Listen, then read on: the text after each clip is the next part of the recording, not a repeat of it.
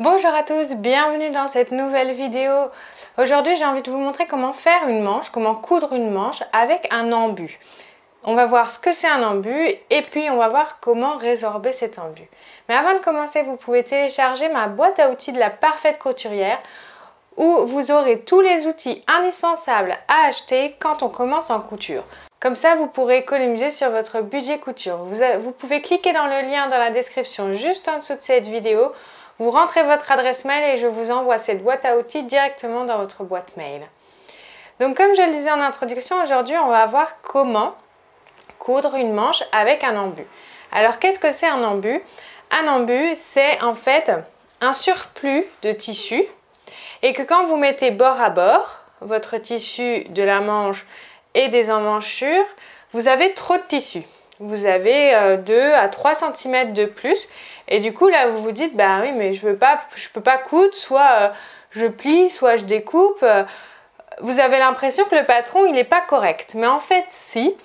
Cet embu sur une manche va nous servir à faire comme une petite épaule, une petite épaulette qui va rendre votre ouvrage vraiment plus dynamique, beaucoup plus sympa à porter et il va ressembler beaucoup aux vêtements que vous portez habituellement et que vous achetez dans le commerce. Mais la technique pour coudre un embu n'est pas forcément évidente. Donc aujourd'hui, je vais vous montrer ça sur un manteau que j'ai un trench que je suis en train de coudre. Il y a un embu donc sur ma manche. Donc on va voir quelle est la technique pas à pas pour résorber cet embu et avoir une manche très sympa. Voilà, donc si vous avez bien reproduit votre patron, vous avez ce type de manche avec ici l'emmanchure. Vous avez également des marques sur l'emmanchure que vous avez recopié de votre patron. Il y en a d'un côté 2 et de l'autre côté 1 et plus 3 autres qui sont sur la manche elle-même qui en fait vont nous servir à savoir où on doit placer la manche sur l'emmanchure. Ici, moi, j'ai déjà cousu la manche en deux, donc je vous conseille de coudre d'abord votre manche, d'écarter la couture au fer, comme je l'ai fait ainsi, et ensuite de retourner la manche. Donc là, vous avez vos marques sur votre emmanchure. Les marques vont être vraiment importantes parce que avant de coudre et de placer la manche sur l'emmanchure de notre manteau, il va falloir coudre ici, sur les marques, à 0,5 cm et 0,7 deux lignes de points droits qui sont assez espacées. Moi, je mets environ 4 sur ma machine à coudre pour pouvoir ensuite froncer cette manche-là. Donc, il faut coudre entre les marques là où il y en a 2 et la marque où il y en a une. Donc tout le long là de votre manche, vous allez coudre des points droits assez espacés qui va nous permettre ensuite de froncer la manche. Donc voilà ce que ça peut donner. Ici vous voyez j'ai cousu entre les 2 dernières marques de ma manche et j'ai cousu des points assez espacés et j'ai commencé à froncer la manche. Donc comme vous voyez, j'ai en fait froncé et ceci va nous permettre, comme je le disais tout à l'heure, de faire un espèce d'épaule. Mais le plus dur vient après, quand il va falloir coudre cette manche-là à l'emmanchure de notre trench. Puisque quand vous allez coudre, il faudra faire très attention de ne pas faire de plis pour que ça soit joli. Si vous gardez les plis pendant que vous cousez, ça ne sera pas joli. Ça fera une manche qui n'est pas claire, qui n'est pas nette et vous n'aurez pas cet aspect bombé. Donc une fois que vous avez froncé un peu comme ça vos fils, vous prenez votre manteau là où doit se placer la manche. Hop. Vous allez placer donc endroit contre endroit. Donc vous prenez l'envers de votre emmanchure et normalement sur l'envers de votre emmanchure, vous avez également des petites marques comme ça. Là vous voyez j'ai les 2 petites marques que je retrouve à l'identique sur ma manche et donc de l'autre côté j'en ai qu'une seule comme sur ma manche. Donc la première étape va être de positionner votre manche sur l'emmanchure et vous voyez là entre les premières marques il n'y a pas de fronce, donc c'est la partie qui va être la plus facile à positionner. Vous pouvez utiliser des petits clips comme ça ou des épingles à nourrice à tête ronde pour positionner votre manche. Moi, j'utilise des petits clips. Donc, comment on fait? On prend notre manche comme ceci et on va la placer dedans, à l'intérieur. Vous voyez, là, j'ouvre l'emmanchure et je place ma manche dans l'emmanchure. Voilà. Votre manche est bien à l'endroit et votre trench à l'envers, puisque là on voit les marques. Donc comme ça, je vais coudre l'endroit de mon trench sur l'endroit de ma manche. Je vais positionner en face la couture de mon trench avec la couture de ma manche. Et là, je vais positionner un petit clip comme ça. Voilà. Ensuite, donc comme là, je n'ai pas d'embut jusqu'à la marque, normalement, quand je positionne bord à bord mon tissu, les deux marques arrivent l'une en face de l'autre. Alors voilà, ça c'est parfaitement ce que je voulais vous montrer. Là, vous vous rendez compte que la marque, j'en ai qu'une seule et de l'autre côté, j'en ai deux. Et je me dis, mince, comment ça se fait? Et bien en fait, c'est juste que vous vous êtes trompé de côté de manche. Donc c'est pas grave, on recommence. On prend l'autre côté de notre trench et on réessaye.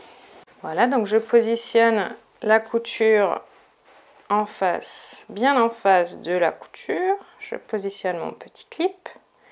Et c'est là qu'il faut prendre un peu de temps et ne pas se presser quand on fait ça pour être bien rigoureux. Donc, une fois que vous avez placé vos 3 premiers clips, moi ce que je vous conseille, c'est d'abord de coudre ici au point droit normal à 1 cm du bord, suivant la marge de couture que vous avez. Moi j'en ai 1 cm. Et de coudre cet endroit, comme ça, il sera fixé pour pouvoir ensuite bien coudre l'embut. Parce que les clips, c'est bien. On peut se dire, bah oui, bah comme ça, on met des clips partout et ensuite on coud. Mais je trouve que les clips, ils peuvent bouger. Ou même les clips ou les aiguilles ou les épingles à nourrice, elles peuvent bouger pendant que vous cousez le reste. Donc moi, ce que je fais, c'est que je couds d'abord tout cet endroit. Donc je vais positionner mon tissu avec la manche, le tissu de la manche au-dessus. Pourquoi? Parce que comme ça, je vois très bien si la manche s'en va, fait des plis ou pas. Donc vous allez voir que c'est pas forcément très facile de coudre ce genre de manche. Donc prenez votre temps, vous n'êtes pas pressé, mettez votre machine sur le point le plus faible et allez-y vraiment doucement. Comme ça, vous serez sûr que votre manche soit bien faite. Il vaut mieux aller doucement, faire une belle couture plutôt que aller très vite, devoir tout découdre et devoir recommencer. Vous gagnerez du temps. Donc pour commencer, vérifiez bien que vous êtes bord à bord là et faites un point d'arrêt au début à l'envers. Voilà. Et on y va tranquillement.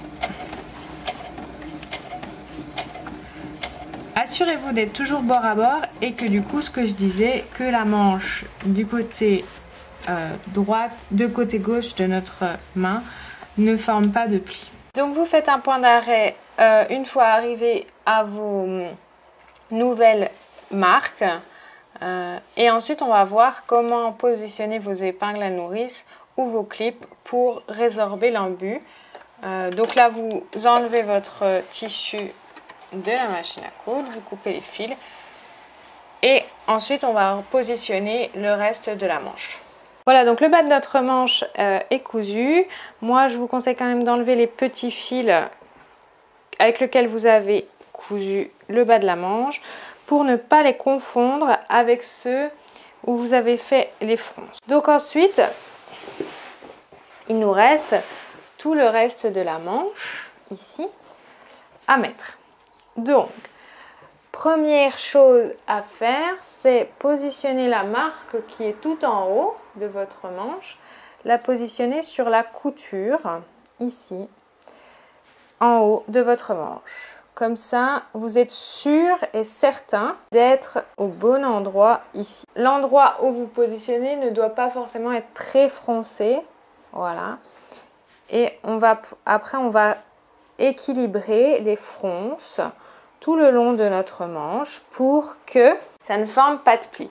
Donc, essayez qu'elles soient homogènes tout le long. Vous voyez ici, là, elles sont très froncées ici et pas du tout ici. Donc là, on peut un petit peu ouvrir ces fronces. Et vous pouvez également retirer sur les fils extérieurs à votre manche, celles qui sont sur l'endroit, pour retirer le tissu. Le but étant que tout votre tissu de manche coïncide vraiment bien avec la manchure. Vous verrez qu'au final, il n'y a pas tant de fronces à faire que ça. Voilà, donc vous voyez là, sur le côté là, j'ai mis 4 clips pour être sûre d'être au bon endroit. Mais je suis à distance vraiment parfaite avec mon emmanchure. Et donc, je fais la même chose de l'autre côté. Vous aurez tendance à beaucoup froncer au début, c'est normal. Mais vous verrez en fait qu'il n'y a pas tant besoin de fronce que ça. C'est vraiment très léger. Après, ça va dépendre aussi, je vous dis ça, mais ça va dépendre aussi de la taille de l'embu.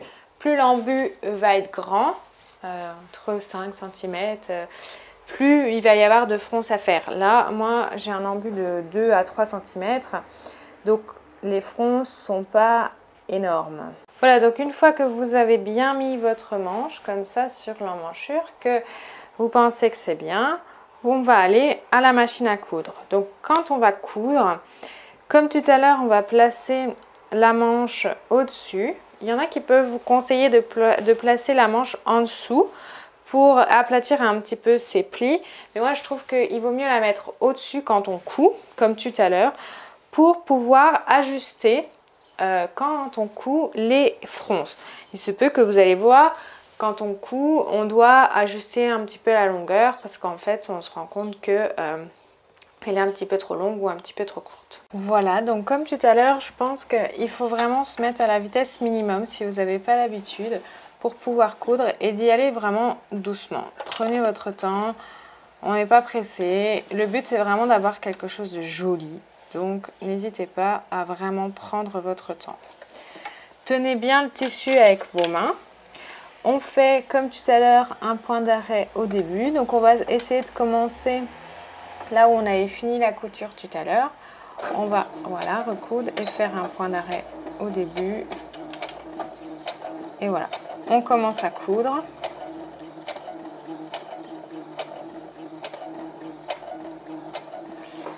Assurez-vous d'être toujours bord à bord au niveau de vos deux tissus.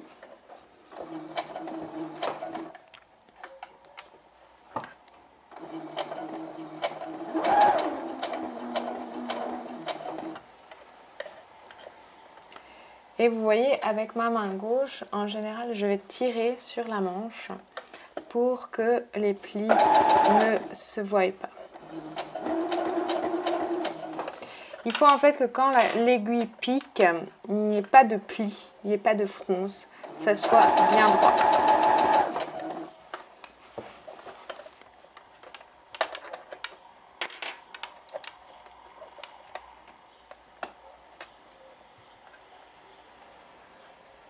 Donc vous voyez là, avec ma main, je répartis les fronces de part et d'autre pour qu'elles soient vraiment bien homogènes.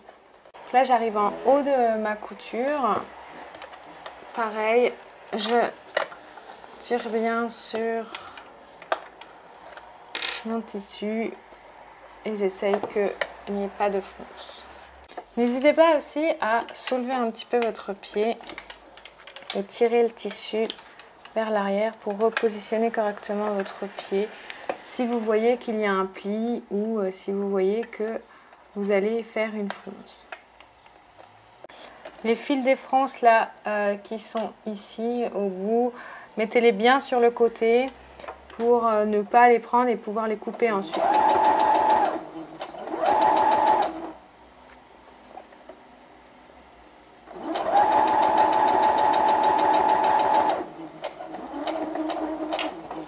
Arrivé à la fin, je fais un petit point d'arrêt. Hop, et je peux enlever la manche. Donc voilà, avant de couper les fils, moi je regarde quand même ce que ça donne pour voir si j'ai pas eu de plis.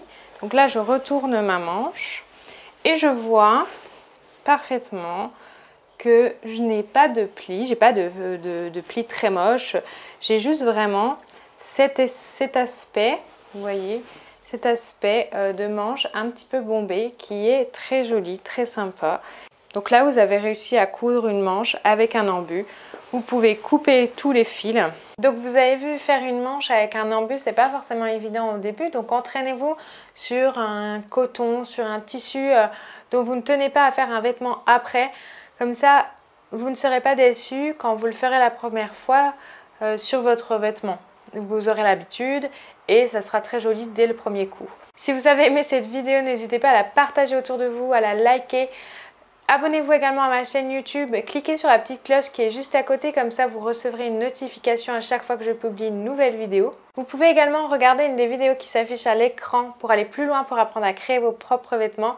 Je vous remercie d'avoir regardé la vidéo et je vous dis à très vite.